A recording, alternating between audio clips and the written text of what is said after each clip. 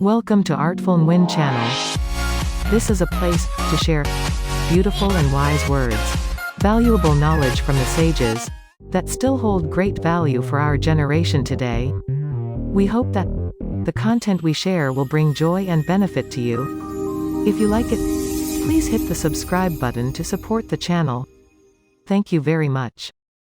7 ways to give a loan for emergency home repairs. Housing problems can be sudden and expensive to fix. But don't worry, there are ways to borrow money for emergency home repairs. Banks are a common option, but it can be difficult to qualify and the process is time-consuming. Plus, the high interest rates can put a strain on your finances. While this may be quicker and easier, it can also strain relationships and create tension. If you have a high credit limit, you can use your credit card to pay for repairs. However, the high interest rates and potential debt accumulation can be risky.